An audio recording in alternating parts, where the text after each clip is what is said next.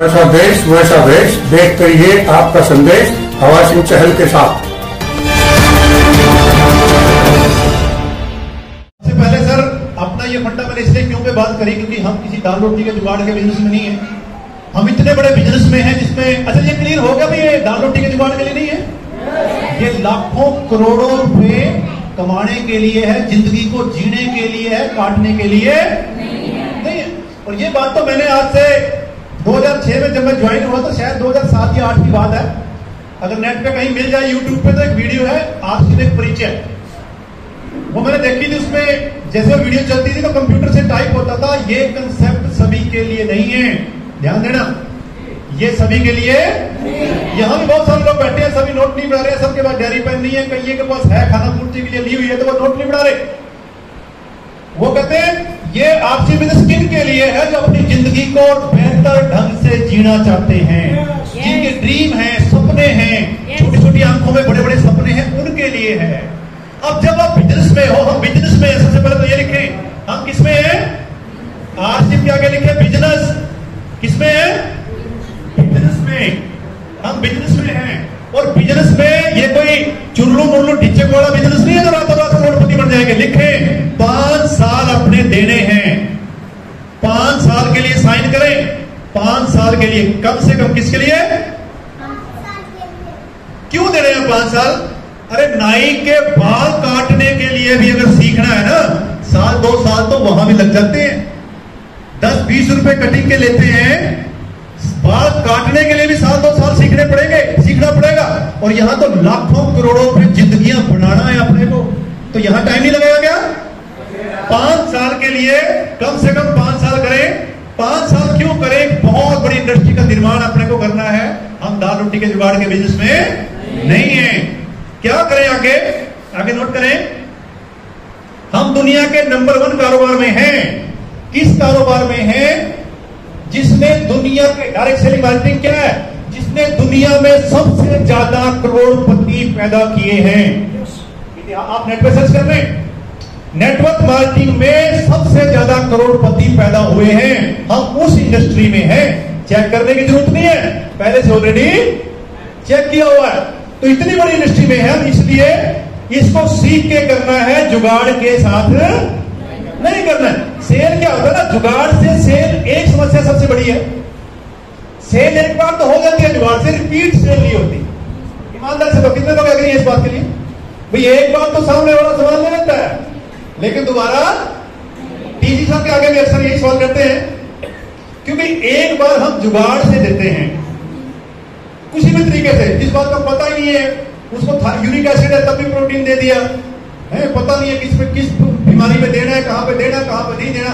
जुगाड़ से आप किसी को एक बार बेवकूफ बना सकते हो, बार बार नहीं बना सकते। ये ईमानदारी का बिजनेस है। सबसे पहले तो फील्ड में निकले कि सेल के खेत को हम समझते हैं, ये फील्ड का है। और जब भी आप लिखे सर, जब भी आप फील्ड में निकले, जब भी आप फील्ड में निकले तो देने के भाव से निकले, देने के भाव से, ना कि लेने के भाव से। किस भाव से निकलना है? ईमानदारी से बताऊं, देने के भाव से निकलते हैं, लेने के भाव से? हम तो सोचे 5 लीटर की कैन बिक जाए, इतने पैसे आ जाएंगे, न्यूट्रिशन का डिब्बा बिक जाए, इतने आ जाएंगे, हमारे दिमाग में पहले से ही सेट होता है। और दिक्कत यही होती है, किसी ने कहा मांगने जाओगे तो धुतकार मिलेगी, देने जाओगे तो जय जय। तो देने के भाव से निकले। अच्छा, अगर हम देने के भाव से किसी के पास बैठे तो मदद करेगा क्या? करेगा, लेकिन पकड़े जाएंगे हमारी एक्टिविटी से, हमारी बॉडी लैंग्वेज से पकड़े जाएंगे भी सामने वाला देने के भाव से बैठा है या लेने के भाव से बैठा है। कुछ एक उदाहरण आपके सामने रखता हूं, नोट कर लें। हम गड़बड़ कहां करते हैं? भारत से अमेरिका एक बहुत बड़ी मात्रा में जूतों का ऑर्डर गया, जूते गए अमेरिका में, लेकिन वहां पे सिस्टम है तो वो ऑर्डर लेट हो गया, टाइम से नहीं पहुंच पाया। लेकिन वहां की कंडीशन है, टाइम से नहीं पहुंच पाया तो उन्होंने ऑर्डर को, इंडिया तो है नहीं जुगाड़ काम चल जाएगा, टाइम से ऑर्डर नहीं पहुंच पाया तो ऑर्डर को क्या कर दिया, कैंसिल कर दिया, वापिस भेज दिया इंडिया। अब वो जूते थे, बहुत मैसेज इसमें, जूते थे वो 1000 रुपए रेट था, एक जोड़ी का 1000 रुपए। और वो जो वापिस भेजा तो किसी इंडिया के किसी दिमागदार व्यक्ति ने उसको थोक में खरीद लिया। रिजेक्ट है किसी को, रिजेक्ट हो गया तो रिजेक्ट पीस जो है ना सस्ते में मिल जाता है, वो उसको 100 रुपए पर पीस में मिल गया। कितने में? 100 रुपए पर पीस। अब सफल बिजनेसमैन कौन है? इंडिया वाला दिमाग लगाता है जो अपने धंधे को डबल कर ले। समझदार बिजनेसमैन कौन है? जो अपने धंधे को। अब थोड़ा सा ध्यान देना, हम गलती क्या करते हैं यहां पकड़ में आएगी। अब ये जूते जो थे ना, ये जूते 500 पीस जूते थे, लेकिन ये 500 के 508 नंबर के थे। कितने नंबर के? अब इस व्यक्ति ने गलती क्या की, ये 7 नंबर वाले को के पास गया और 7 नंबर को 8 नंबर का जूता दे रहा है। वो कहता भाई साहब तो आ नहीं रहा टैग, अगर कोई बात नहीं डाल थोड़ा सा 2-4 दिन चलेगा तो थोड़ा सा घिस के अपना सेट हो जाएगा। और 9 नंबर वाले को भी लग कैसे चेप रहे, बोले कुछ नहीं है, पीछे थोड़ा बहुत कपड़ा लगा देना ठीक हो जाएगा। अब अगर आपने 7 नंबर वाले को चेप भी दिया, वो 7-8 नंबर का जूता 7 नंबर वाला डाल भी दिया, कितने दिन चलेगा? डाल पाएगा क्या? और 9 नंबर वाला अगर उसको चेप भी दिया वो कितने दिन चलेगा? अब इसने गलती क्या की, फिर क्या करता ना, थोड़ा बहुत लगाने के बाद बेकार है, कुछ नहीं है, आरसी मैंने इतने पापड़ बेले, ये है वो है। गलती कहां की दोस्त, जितना समय इसने 7 नंबर वाले पे और 9 नंबर वाले पे लगाया ना, क्या 8 नंबर वालों की कमी है? सही तरीका क्या था काम करने का? 8 नंबर वालों को ढूंढना था। क्या करना था? 8 नंबर वालों को ढूंढना था। 8 नंबर वाले भी हैं, थोड़ा सा दिक्कत परेशानी ज्यादा आ जाती। 8 नंबर वालों के पास जाता तो ये जूते सारे के सारे लेते, पैसे भी वसूल होते कि नहीं होते? अब कई बार हम न्यूट्रिशन क्या है, न्यूट्रिशन देते हैं कई बार हम। अब हमारे घर के हर सभी के हालात पहले से ऐसे ही हैं, और हमने न्यूट्रिशन मान लो एक बार किसी में एक आदमी की सैलरी 20,000 रुपए है। कितनी है? और 20,000 वाले को अगर आपने 2,000 रुपए का न्यूट्रिशन एक बार दे भी दिया, अगली बार वो रिपीट नहीं करेगा। रिपीट क्यों नहीं करेगा? पहले वो अपने घर के खर्चे चलाएगा या पहले न्यूट्रिशन देगा?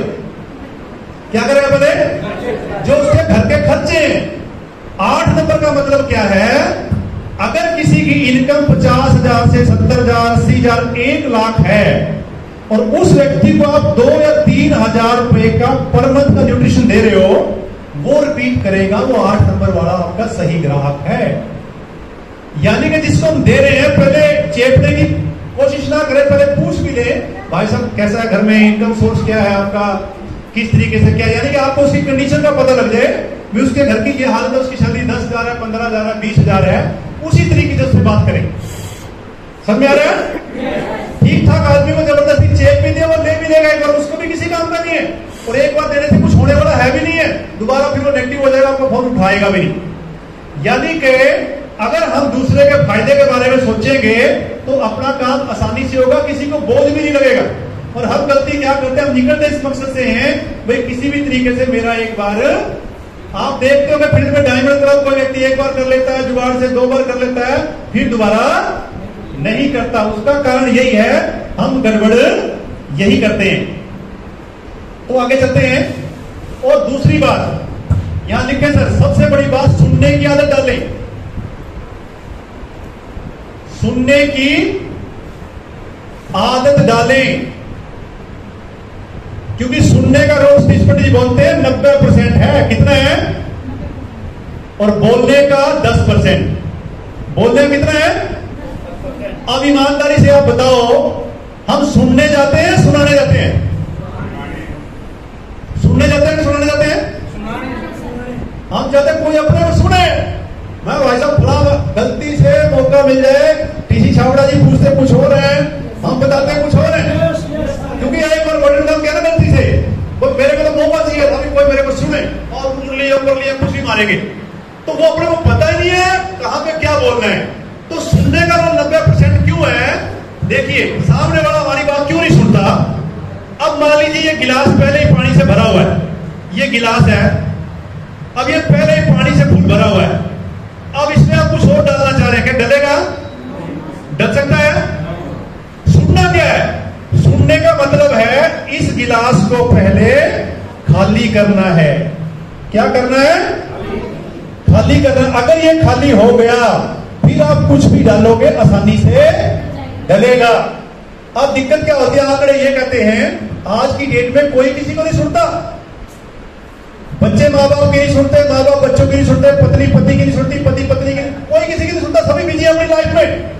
आंकड़े ये कहते हैं बहुत सारे मरीज डॉक्टर पर इसलिए डॉक्टर के पास जाते हैं क्योंकि डॉक्टर उनको ध्यान से सुनता है। समझदार डॉक्टर कौन है, उसकी बाजू पकड़ेगा। क्या खाया था जी, पिछले 2-3 दिन का शेड्यूल क्या है, क्या खाया था, कहां गए थे, 10 मिनट उसको सुनता है। फिर वो बड़े ध्यान से वो लेडीज या जेंट्स बताती है, डॉक्टर साहब मैं वहां गई थी, ब्याह में गई थी, ये खा लिया वो खा लिया। बहुत सारे मरीज डॉक्टर के पास जाते इसलिए हैं क्योंकि डॉक्टर उनको ध्यान से सुनता है। जब आप किसी को ध्यान से सुनोगे, ध्यान से सुनना क्या है, गलती क्या होती है, देखो ध्यान सुनना ध्यान से सुनने में फर्क है, लिख लें। ध्यान से सुनने से क्या होगा, यह है सही बटन खोजें, लिखें सही बटन खोजें। अब मान लीजिए एक बोर्ड है, ये बिजली का बोर्ड है और इस बोर्ड में 1 से लाइन में 1 से 20 तक स्विच लगे हुए हैं, 1 नंबर 2 नंबर 3 नंबर ऐसे लगे हुए हैं। और अपने को पंखा चलाना है, पंखा चलता है 3 नंबर से। अब सही बटन खोजें, सुनना क्यों, अगर मुझे ये पता हो भी 3 नंबर से पंखा चलेगा तो मैं क्या करूंगा, कौन सा बटन दबाऊंगा, 3 नंबर। अगर मुझे पता ही नहीं है पंखा कौन से नंबर से चलेगा तो मैं बारी बारी सारे दबा के देखूंगा। अब गलती से 3 तो दबाया नहीं, 1 भी दबा दिया, 2 भी, 4 भी, 5 भी, 7 सारे दबा दिए, पंखा चलेगा क्या? तो ऐसे हम फील्ड में घूम घाम के थक जाते हैं, कुछ भी होने वाला नहीं है, कोई लेता लुता तो है नहीं है। देखिए प्रोडक्ट वही है, न्यूट्रीचार्ज वीर क्लब वीरांगना क्लब में लोग लाखों रुपए की सेल करते हैं, 3.5 लाख की सेल अपनी सेल्फ आईडी में करते हैं। 1 लाख वाले बहुत सारे हैं, वही दूसरी तरफ एक व्यक्ति से 2500 बिजनेस वैल्यू भी नहीं हो रहा।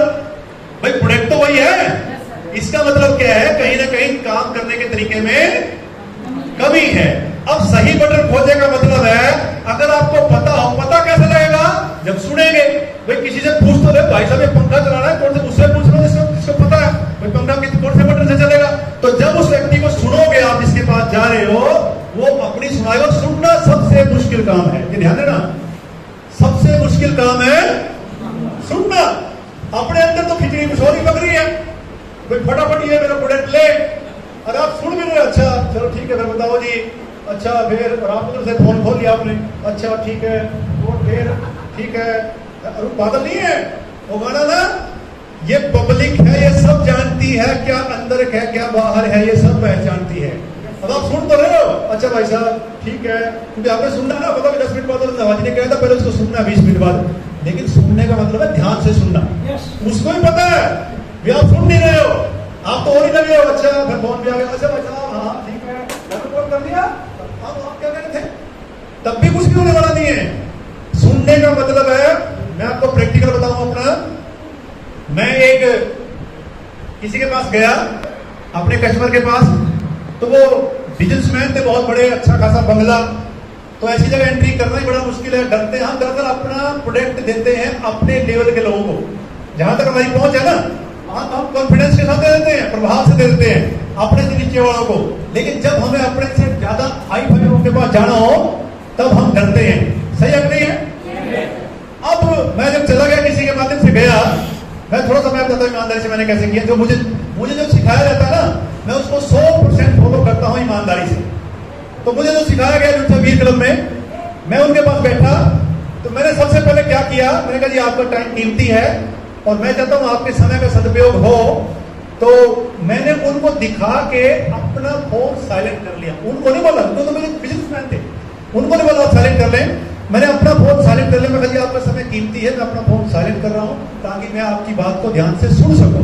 तो ऐसे मैंने उनको साइलेंट करके दिखा के फोन उनके सामने रख दिया। अब मैंने उनसे पूछा जी आप थोड़ा सा दिनचर्या बताएंगे अपनी। उसका 104 kg वेट था। मैंने कहा अपनी दिनचर्या बताओगे थोड़ा सा ताकि मैं समझ पाऊँ आपकी शरीर की स्थिति को। अब वो बताने लगे, आधा घंटा 10-20 मिनट ऐसा है, हम सुबह उठते हैं, फिर पानी पीते हैं, ऐसा करें। इस बीच क्या हुआ, 10-15 मिनट के बाद वो मेरा फोन बज रहा, मतलब फोन बजा तो नहीं, साइलेंट था, लेकिन मुझे तो दिखा नहीं। अब उनको दिख रहा था, मैंने यहाँ फोन वालों रखा, ऐसे रखा, तो मैं तो उनसे बात कर रहा हूं। अब वो कह रहे भाई साहब आपको फोन बज रहा है, ध्यान देना। सेल क्या है? सेल रिलेशन का बिजनेस है। किसका है? अब मैंने क्या किया, बोला फोन बज रहा है, मैंने फोन की तरफ नहीं देखा, अगर लगा मैंने फोन को ऐसे उठाया, ऐसे पलट दिया। मैंने फोन की तरफ नहीं देखा, फोन उठाया, ऐसे पलट दिया। मैंने कहा कोई बात नहीं, आप बता, आप क्या बोल रहे थे, आप कहां पे थे? इसका मतलब क्या मैसेज गया? सामने वाले मैसेज आदमी के पास मैसेज गया, ये हमें सुनने के लिए कितना सीरियस है। मतलब इसने ये भी नहीं देखा कौन किसका है। ध्यान देना, बहुत गहरा मैसेज है। सुस्ती तो वो तो हमारी है। माता रानी का प्रसाद उसी को मिलता है जो माता रानी की पूरी कथा तक लास्ट तक बैठा रहता है, और लास्ट में झटके लगते हैं नींद के, वो लग रहे हैं, देख रहा हूं। तो ये बोरिंग तो है, लेकिन काम आने वाली बातें हैं यही, ध्यान देना। तो अब वो नोट कर रहा है, फिर उसने क्या किया, अगला क्या होता है? अब उसने अपना, मैंने नहीं बोला, उसने अपना फोन साइलेंट कर दिया, अपना फोन साइलेंट कर दिया, अपने बिजनेस पार्टनर का भी साइलेंट करवा दिया। मतलब यहाँ पे साइलेंट करो। उधर से बेल, दरवाजा खटखटाया ऑफिस का, कहने लगा जी बाहर कोई आए, बोले जब तक हमारी मीटिंग चल रही है कोई डिस्टर्ब ना करे। मैं 10 बजे बैठा था, 2 घंटे मैंने उनको सुना, और 2 घंटे के बाद रिजल्ट क्या आए, वो कहने लगे रंधावा जी क्या तो मैं उनको देने कुछ और गया था, हाँ मैं उनको देने गया था न्यूट्रिशन बीजे किसी के माध्यम से। अब हमें कोई ईमानदार से बताओ, हमारे पास कोई कॉल आ जाए और बोले जी आपने फलां जगह जाके खाली न्यूट्रिशन बीजे देना है, अब ईमानदार से तो लड्डू फूटेगा नहीं फूटेगा? न्यूट्रिशन बीजे देना जब भी दे गया तो, और हम वहां खाली बीजे देकर पैसे लेके ही आने हैं, तो हम अगली बात करेंगे ही नहीं। और मैंने उनको कहा जी मैं आपको न्यूट्रिशन, बोले जी दे दो ना, मतलब नहीं मैं खाली बीजे देने नहीं आया हूं, क्योंकि आपका वेट 104 kg है, आपका ये सारा वेट आपके घुटनों में पड़ रहा है, आप न्यूट्रिशन बीजे लेंगे भी तो उसके रिजल्ट नहीं आएंगे।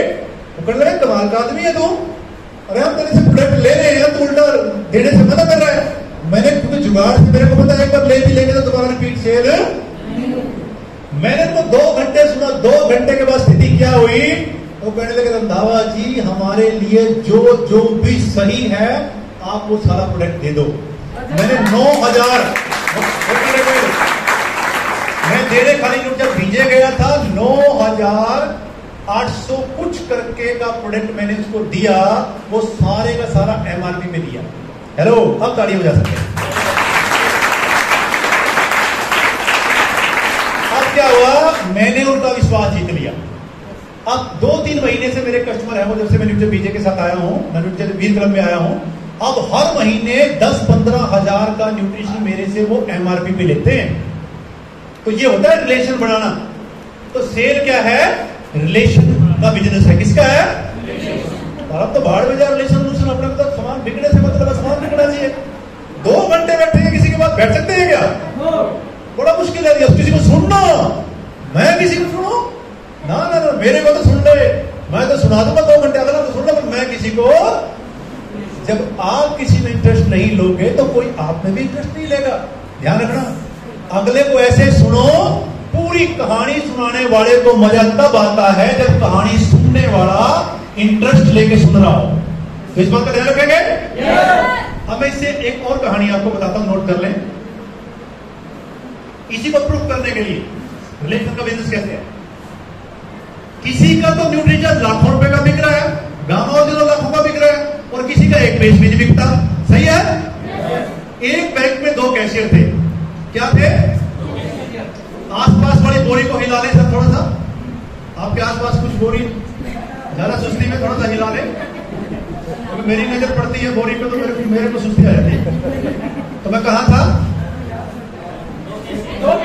हाँ मेरे को भूलने की आदत है। 2 कैशियर थे, बहुत गहरा मैसेज है, ध्यान देना। एक बैंक में 2 कैशियर थे, एक कोई मेरे जैसा था।